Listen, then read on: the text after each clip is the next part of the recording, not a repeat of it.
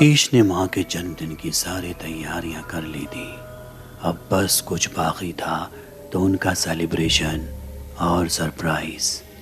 नीतीश और उसके छोटे भाई विजय ने मिलकर उत्तराखंड के पहाड़ों के बीच वन भूमि नाम के एक शानदार गांव में माँ के जन्मदिन मनाने का प्लान किया।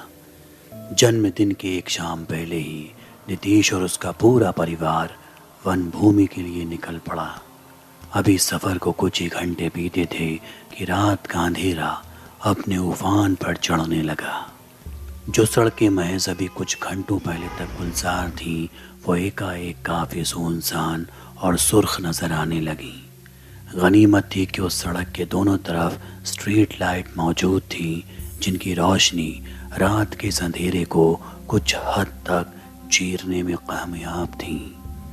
नीतीश और उसका पूरा परिवार एक लाल रंग की छोटी सी कार में बैठे थे, जो तकरीबन 75 किलोमीटर प्रति घंटे की रफ्तार से फर्राटे भरती सड़क पर दौड़ी चली जा रही थी। कार के अंदर हल्का हल्का म्यूजिक बज रहा था और उसकी धुन सभी के मन में गूंज रही थी, लेकिन नीतीश थोड़ा चुप सा था। ज़रूर उसके जहन में कोई बात थी जिसे उस गाने की धुन में वो दबोचे बैठा था। दरअसल नीतीश का ख्याल ही उसे अंदर से नोचे जा रहा था, क्योंकि रात के करीब 10:30 बजने को थे और वो अपनी मंजिल वन भूमि गांव के आसपास भी नहीं थे। ये रास्ता नीतीश के लिए नया था और वो इसके किसी भी मोड़ से वाकिफ नहीं था। कहीं हमने गलत सड़क तो नहीं पकड़ ली? बस इस ख्याल को मन में दफनाए नीतीश हर गुजरते साइन बोर्ड को घोरे जा रहा था, बस इसी आस में कि शायद अभी कोई साइन बोर्ड वन भूमि गांव का जिक्र करेगा। ये रास्ता उन्हें कहीं तो ले जा रहा था, लेकिन कहाँ? बस इसी की तलाश थी। अभी कुछ मिनट और बीते थे कि अचानक गाड़ी में बज रहे म्यूजिक के बीच एक जोरदार चीख कानों में पड़ी। कोई कुछ बोल पाता इससे पहले ही नीतीश के पापा ने जोर से ब्रेक लगा दिए और गाड़ी के टायर सड़क से खुरचते हुए धप से चार हो गए। हे भगवान, ये क्या था? नीतीश के पापा ने खौफ में दबी आवाज में कहा। क्या हुआ पापा, कुछ था क्या? नीतीश ने पूछा। बेटा, कुछ था वहां जो सड़क के दाईं तरफ से आया और बाईं तरफ गायब हो गया। अब इस असमंजस का अंत ही न था कि अचानक एक और दर्दनाक चीख ने दस्तक दी। तभी एकाएक नीतीश की माँ अपने जिस्म पर हावी हो रही एक अजीब सी बेचैनी को महसूस करने लगी। ये जो भी कुछ था, लेकिन शायद नीतीश की माँ उसका पहला शिकार होने वाली थी। पापा के ख्याल से हो न हो उनकी तेज रफ्तार कार ने किसी मासूम सी जान को अपनी जद में लिया था, जिसकी तस्दीक के लिए नीतीश और उसके पापा कार से बाहर उस सुनसान सड़क पर उतरते हैं। इधर उधर नजर घुमाने पर भी उनकी पुतलियां सिर्फ और सिर्फ अंधेरे की चश्मदीद थीं। एकाएक नीतीश की नजरें सड़क किनारे लगे साइन बोर्ड पर जा टिकी, जहां लिखा था वन भूमि गांव 6 किलोमीटर। खौफ की खाई में नीतीश के ख्याल भी गर्क थे, लेकिन इस साइन बोर्ड ने उसमें एक अजीब सी हिम्मत बांधी और वो फौरन पापा के साथ कार में बैठा और उसी रास्ते आगे बढ़ निकला, इस बात से अनजान कि आगे की सड़क मौत की मंजिल ले जाती है। अभी कुछ ही देर बीती थी कि दोबारा एक साइन बोर्ड नीतीश की नज़रों में कैद हुआ। रात के अंधेरे में कार की हेडलाइट जैसे ही साइन बोर्ड पर पड़ी, उस पर लिखा था वन भूमि गांव बस 10 किलोमीटर। ये कैसे मुमकिन था? वो जितना अपनी मंजिल की तरफ बढ़ रहे थे, वो मंजिल उनसे उतना फासला कर रही थी। मजबूरन उसे अपनी आंखों का धोखा मान वो साइन बोर्ड के बताए रास्ते पर दोबारा आगे बढ़ निकले। तभी लगभग 10-12 किलोमीटर के फासले पर एक और साइन बोर्ड उनकी नज़रों के सामने गिरा, लेकिन इस बार उस पर लिखा था वन भूमि गांव बस 30 किलोमीटर। अब तक जो चीज़ उन्हें परेशान कर रही थी, अब वो उन्हें डराने लगी थी।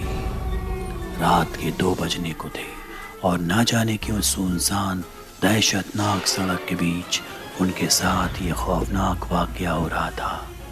अभी वो कुछ समझ पाते कि तभी अचानक उनके सामने का मंजर देख उनकी आंखें फटी की फटी रह गईं, क्योंकि बर्बाद नज़र आ रही ये सड़क अचानक ही आबाद हो गई, लेकिन जिंदा लाशों से। इस अंधेरे में नामालूम कहाँ से उनके सामने करीब करीब 12 से 15 सिर कटे धड़ घूमने लगे। शायद ये रूहें थी जिन्हें अब तक इस दुनिया से रिहाई नसीब नहीं हुई थी। ये देख नीतीश की मां डर के मारे चीख उठी, जो शायद ऐसे दहशतनाक वक्त में की गई उनकी सबसे बड़ी भूल थी। एकाएक ही उन सभी सिर कटे धड़ उनकी कार की तरफ मुड़ जाते हैं और रेंगते रेंगते उनकी तरफ बढ़ने लगते हैं। ये शायद अपनी जान बचाने का उनका आखिरी मौका था, इसलिए नीतीश के पापा ने फौरन पैर एक्सीलेटर पर जमाए और उनसे बचते बचाते गाड़ी भगाने लगे। अभी कार ने कुछ ही फासला तय किया था कि सामने सड़क के बीचों बीच गड़ा एक साइन बोर्ड नजर आया, जिस पर लिखा था वन भूमि गांव 50 किलोमीटर। कि तभी अचानक की कार के पीछे वाले शीशे पर किसी ने जोरदार वार किया और कांच टूट कर बिखर गया, और इस तरफ से एक कटा छटा लहूलुहान हाथ कार के अंदर आया और विजय के गले पर अपने पंजों के खौफनाक निशान दे दिए। पूरी कार चीख से गूंज उठी। वो समझ गए थे कि इन दरिंदों से बचना हमारे बस में नहीं, इसलिए नीतीश ने पापा को कार चलाने की सलाह दी, तब तक जब तक सूरज की रोशनी इन घने दरख्तों को पार करते हुए इस दहशतनाक जंगल को ना छोड़ दे। पापा ने भी यही किया। लगातार वो तेज रफ्तार से कार चलाते रहे और उनके वही खौफनाक मंजर आते रहे, लेकिन कुछ घंटों की मशक्कत ने उन्हें जिंदा अगली सुबह से रूबरू करा दिया और वो खौफ और डर से मजबूर सड़क के दाईं तरफ रुक गए। उनके तुरंत सामने एक साइन बोर्ड था जिस पर लिखा था वन भूमि गांव में आपका स्वागत है। जब वन भूमि गांव के अपने बुक्ड रिजॉर्ट में पहुंचकर नीतीश ने उनके साथ बीता एक एक वाकया तफसील से बताया, तो वहां के स्टाफ ने एक अजीबोगरीब मगर सच्ची कहानी का खुलासा किया, जिसे सुनकर जिस्म का खून सूख गया। स्टाफ ने बताया कि बहुत पहले जहां यहाँ आसपास बस जंगल ही जंगल था, तब एक राजा का यहाँ शासन हुआ करता था। उसके राज में यूं तो सब सही चल रहा था, लेकिन एक दिन कुछ बदमाशों ने इलाके में दहशत मचानी शुरू कर दी। किसी को भी लूटना, मारना, बलात्कार करना और हर मुमकिन अपराध को अंजाम देना। राजा ने उनको पकड़ने का फरमान जारी किया और वो चंद दिनों में ही राजा के कैद खाने में बंद कर दिए गए। उनके अपराधों को देखते हुए राजा ने उन्हें मौत की सज़ा सुनाई, लेकिन ऐसी मौत जिसका दर्द वो मरते हुए एक एक सेकंड महसूस करे। उनको सज़ा देने के लिए इसी सड़क को चुना गया और पूरे गांव के सामने उनके गले को धीरे धीरे गर्म लोहे से काटा गया। सभी के सभी अपराधियों को दर्दनाक मौत मिली, लेकिन उस वाक़ये के कुछ सालों बाद इस इलाके में इसी तरह की खौफनाक चीज़ें होना शुरू हो गईं। वो हर रात उठते हैं, आते जाते लोगों का अपना शिकार बनाते हैं।